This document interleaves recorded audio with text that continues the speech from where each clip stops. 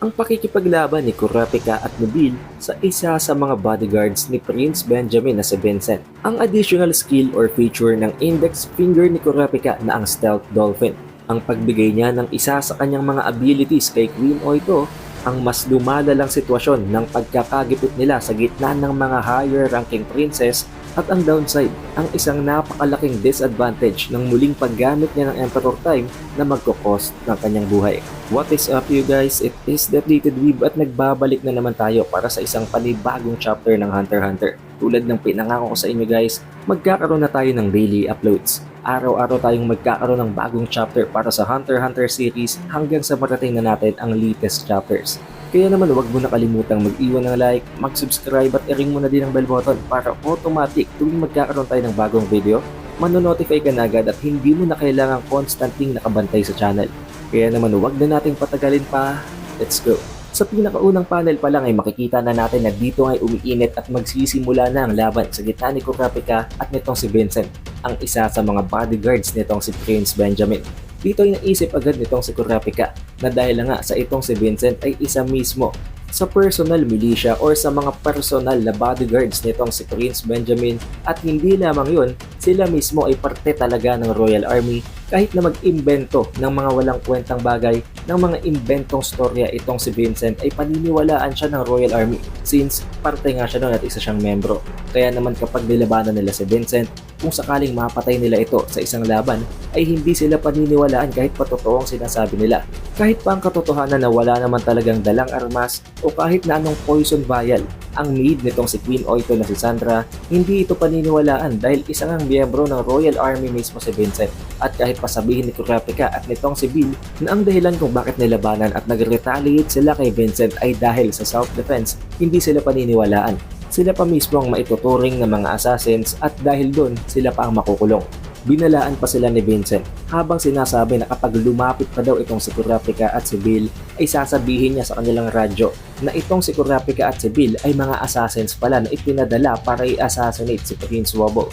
Hindi lamang yun, papatayin din niya itong si Kurapika at si Bill habang sinasabi na it is an act of self-defense. Nang dahil dito, unti-unti nang nababasa ni Kurapika kung ano talaga ang pinaplano nila Prince Benjamin. Dito ay naisip niya na matapos siyang mapatay nitong si Vincent ay isusunod naman nilang magpadala ng panibagong assassin na naman na papatay naman dito kay Bill at papatay naman kay Queen Oito. Sa pamamagitan ng paraan na yon, papalabasin nila na si Bill ang assassin na nagtraidor para patayin si Queen Oito at itong si Prince Wobble at palalabasin din nila na namatay itong si Bill dahil nag-suicide siya matapos niyang ma-achieve ang mission na yon.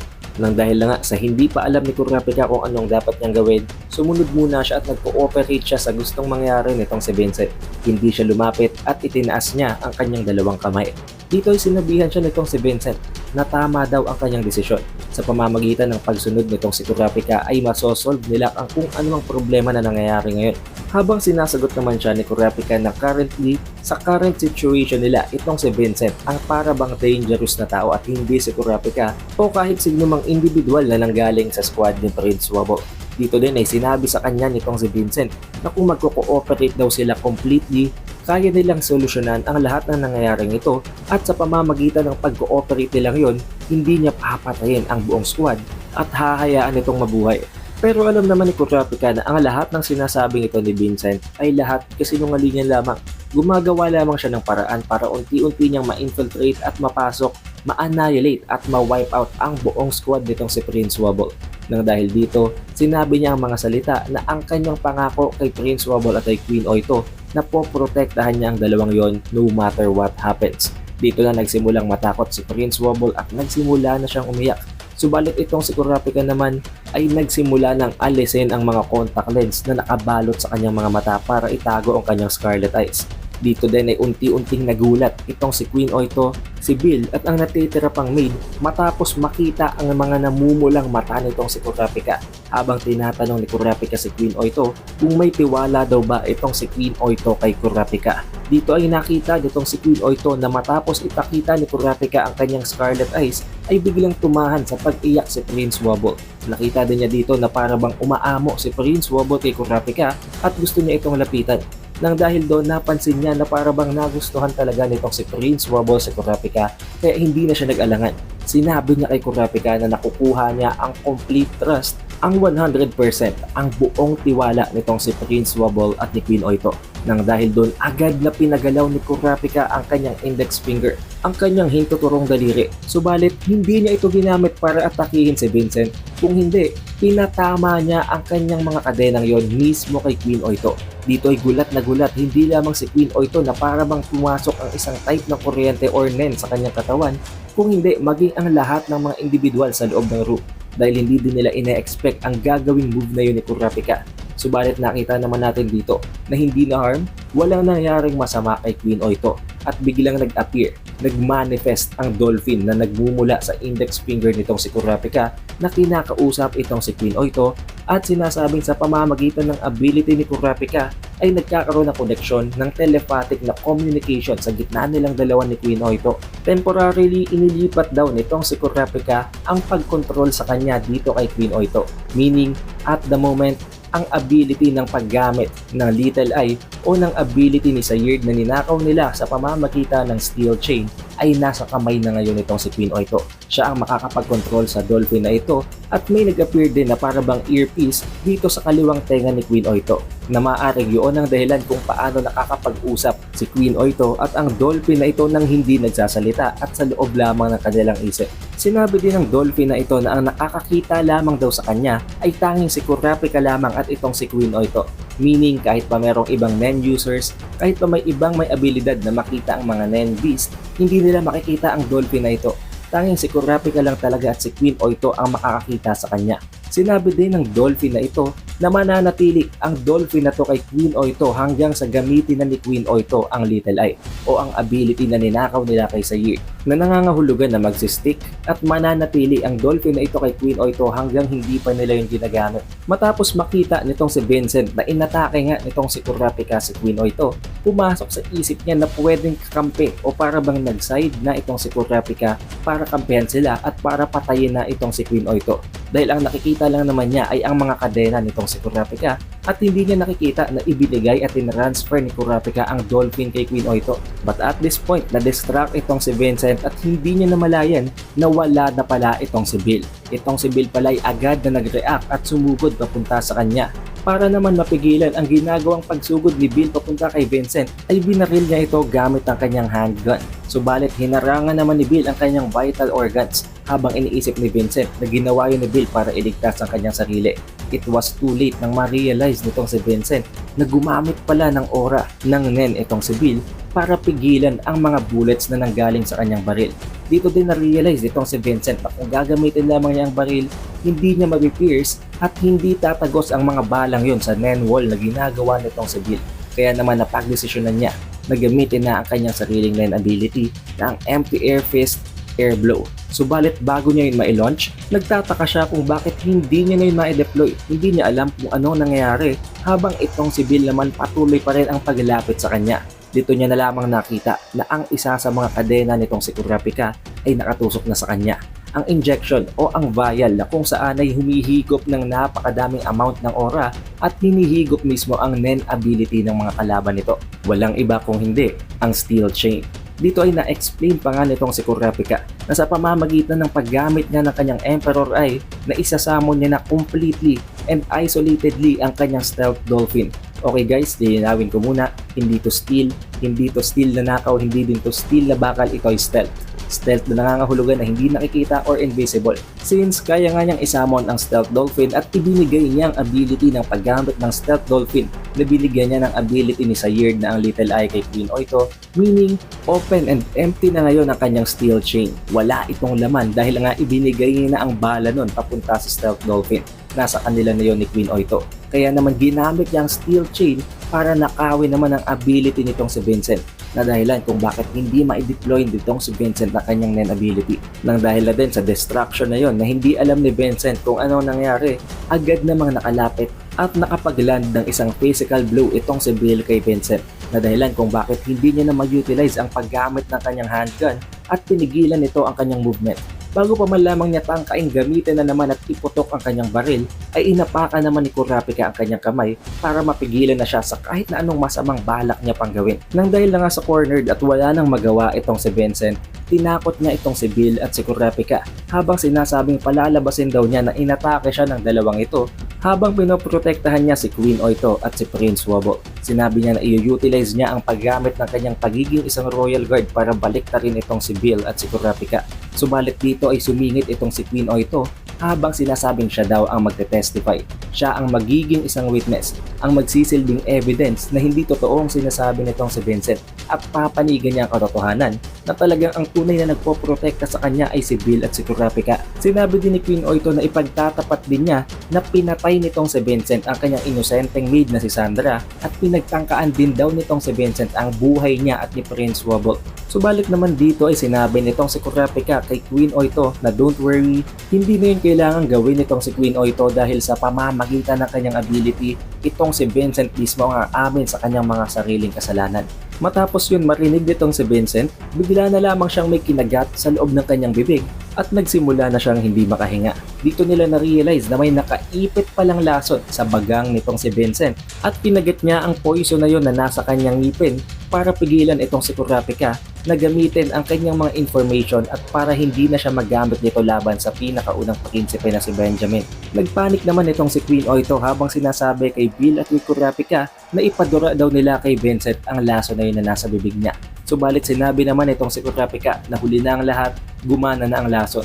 Nang dahil dito, sinabi ni Kurapika na i-contact na daw nila ang military na ipinagtaka naman itong si Bill dahil alam nga niya na ang unang sinabi ni Kurapika kanina ay gagamitin nila itong si Vincent para paaminin na nagtatangka silang i-assassinate itong si Queen Oito at si Prince Wobble. Nasinagot naman itong si Kurapika na wala silang magagawa dahil honestly, sa loob daw ng korte sa loob ng Black Whale, hawak pa rin naman ng Royal Army ang kapangyarihan. Kaya most likely hindi sila mananalo sa korte at magre-risk pa sila na isama si Queen Oito at si Prince Wobble sa loob ng courtroom na kung saan ay hindi nila masisiguro ang kanilang security. Kaya naman kung hindi daw kikilos at gagawa ng move itong si Prince Benjamin, hayaan na muna nila yon at hindi din sila kikilos at mag-aantayan lamang sila ng kung paano sila gagawa ng mga paraan. Okay guys, isa na naman ito sa hindi nabanggit sa chapter pero as you can see sa mukha ni Kurapika at sa ginagawa niyang pagturo sa tenga nitong si Vincent, pinalalabas niya at gumagawa sila ng para bang isang fabricated na impormasyon. Isang bagay na hindi naman talaga nila pinaplano at balak gawin pero sinasabi nila ito para marinig ito on the other end ng transmission device. Dito din ay unti-unti nilang pinalabas na nakita na pala nila ang bug o ang device na ginagamit para marinig sila sa kabilang dako. Sinira nila yon na naging dahilan kung bakit hindi na sila narinig pa ni Prince Benjamin at ni Captain Balsamilco. Dito pa lang ay napaisip na sila at na-realize nila na magiging isang napakalaking problema ang kung anumang nen ability ng bodyguard na yun. Walang iba kung hindi si Kurapika. Dahil iniisip nila na kahit na dumating sa sitwasyon na ma-outnumber o maging napakarami ng kalaban ni Vincent, hindi siya basta-basta matatalo. Kaya nahihirapan silang paniwalaan na ganun katindi ang kalaban ni Vincent. Nabanggit din itong si Prince Benjamin na maaring ang isa sa mga nen abilities ng natitirang bodyguards ni Queen Oito ay ang kunin ang ability or ang nen ability ng mga kalaban nito. Na dahilan kung bakit napilitan itong si Vincent na gamitin ang kanyang baril instead na gamitin ang kanyang nen ability. Na sinagot naman itong si Captain Balsamilco na pwedeng it is the other way around o mas pinili nitong si Vincent na gamitin ang kanyang baril at nang dahil doon hindi na siya nagkaroon ng tsansa na gamitin pa ang kanyang nen ability which cost him his life. Na dahilan kung bakit natalo siya nang dahil lamang sa isang napakaliit na miscalculation.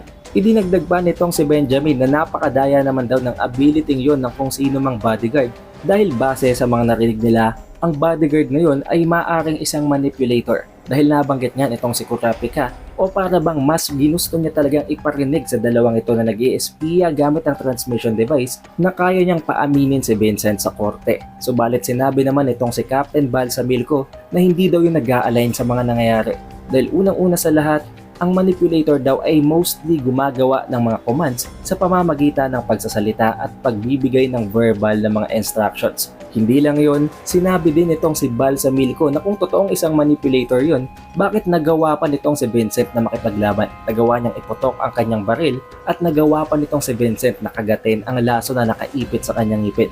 Meaning, hindi talaga yun actually totoo At nasabi din itong si Balsamilco na most likely alam nitong sila Kurapika at nitong si Bill na naririnig sila from the other end of the transmission device, kaya gumawa sila ng isang parabang walang kwentang bagay na paniniwalaan nitong si Prince Benjamin at nitong si Captain Balsamilco para malinlang sila. Isang bluff.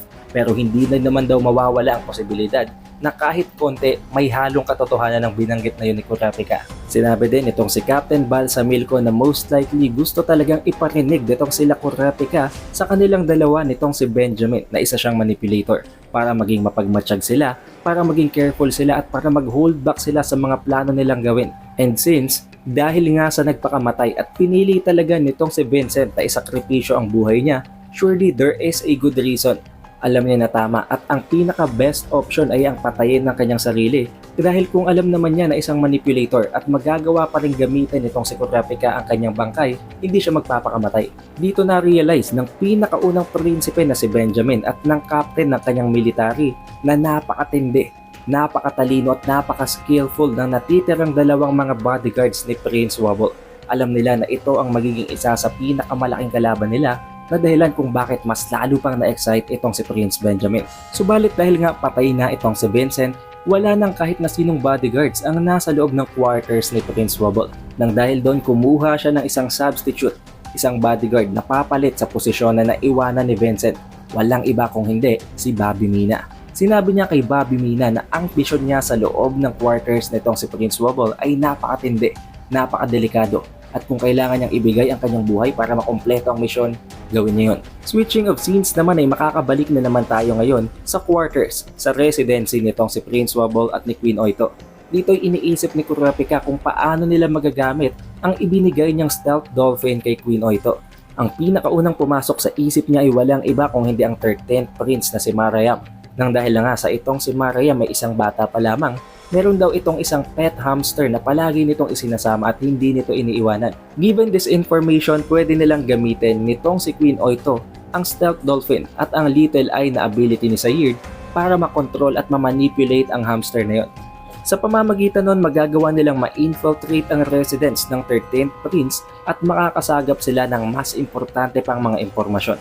Subalit magagawa lamang nila yon sa susunod na banquet, sa susunod na dinner, sa susunod na linggo na magte-take ng napakatagal pang oras. Because the thing is, kahit patingnan natin na napakatindi, napakagaling, napakadaya ng 9 ability nitong si Kurapika, kapag ginagamit naman niya ang kanyang mga Scarlet Eyes, kapag ina-activate niya ang kanyang Emperor Time, meron yung isang napakatinding kapalit, isang napakatinding kabayaran, kapalit ng access sa napakatindi din niyang kapangyarihan. At yun ay ang sa bawat segundo na dumadaan habang ginagamit niya ang Emperor Time ay nababawasan ang kanyang lifespan ng 1 hour, ng isang oras. Na nangangahulugan na kung gagamitin niya ang kanyang Emperor Time ng 1 minuto, mapabawasan agad ng 60 hours ang kanyang lifespan. Napakatinding kabawasan nun. Napakahabang oras nun para bawasin sa buhay ni Kurapika. Dito natin makita kung gaano kaganda ang konsepto ng Nen abilities ni Togashi. Dahil makikita natin dito na hindi ito basta-basta isang OP na ability, meron din talaga itong equal exchange. Nang dahil na rin sa matapos pa lamang ang dinner ay nangyari na ang mga insidenteng ito, araw pa lamang ng linggo nang mangyari ito, mismong gabi pa lamang matapos mangyari ang banquet, kailangan nilang mag-antay ng 1 linggo pa ulit para makita at maka-encounter ang 13th Prince na si Marayam at para magamit nitong si Queen Oito ang Little Eye sa hamster ni Marayam. Meaning, kailangan pang magtagal ng 1 linggong pag-iintay bago magamit nitong si Queen Oito ang Little Eye na nangangahulugan na 1 linggo din dapat na i-activate at na-force na naka-activate ang Emperor Time nitong si Kurapika hanggang hindi pa nagagamit ni Queen Oito ang Little Eye na nasa Stealth Dolphin. Kung ang 1 oras nga lang ay magkukos na sa kanya ng 150 days ng kanyang buhay, kung ang 24 hours ay magkukos ng 10 years ng kanyang buhay, paano pa ang 1 linggong pag-iintay? Hindi niya pwedeng gawin yun. Mamamatay itong si Kurapika. Kaya hindi niya na binabalak pang gawin ang planong yon na ang pag-capture at paggamit ng Little Eye sa hamster ni Prince Marayam at mas inisip pa niya na isuggest kay Queen Oito na gamitin na lamang nila ito sa isang lamok o sa isang langaw para magawa nilang ma-utilize pa rin ang ability kahit na hindi pa yon nasa loob mismo ng quarters or residency ng prince na kanilang pagmamatsyagan.